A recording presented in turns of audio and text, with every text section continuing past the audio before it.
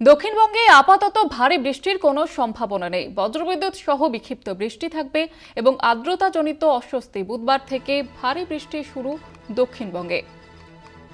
আমাদের সঙ্গে টেলিফোন লাইনে রয়েছে প্রতিনিধি শাশ্বতী রায়। শাশ্বতী, আবহাওয়া দপ্তর সূত্রে কি জানতে পারছো?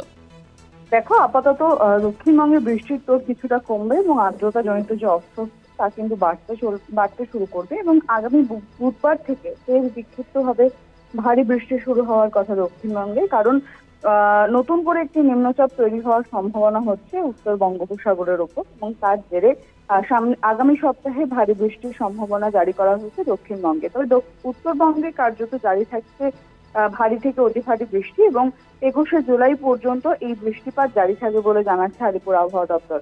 উত্তরবঙ্গে আজকে দার্জিলিং, জলপাইগুড়ি জেলাতে ভারী বৃষ্টির সতর্কতা জারি করা হয়েছে। আলিপুরদুয়ার, কোচবিহার, কালিম্পং এবং উত্তর দিনাজপুরেও কিন্তু বিক্ষিপ্তভাবে কয়েক ফসলা ভারী বৃষ্টি হতে পারে।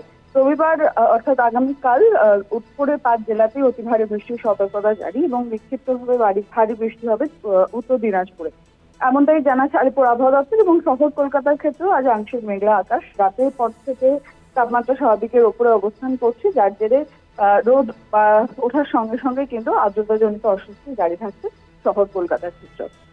ধন্যবাদ জানাবো শাশ্বতী।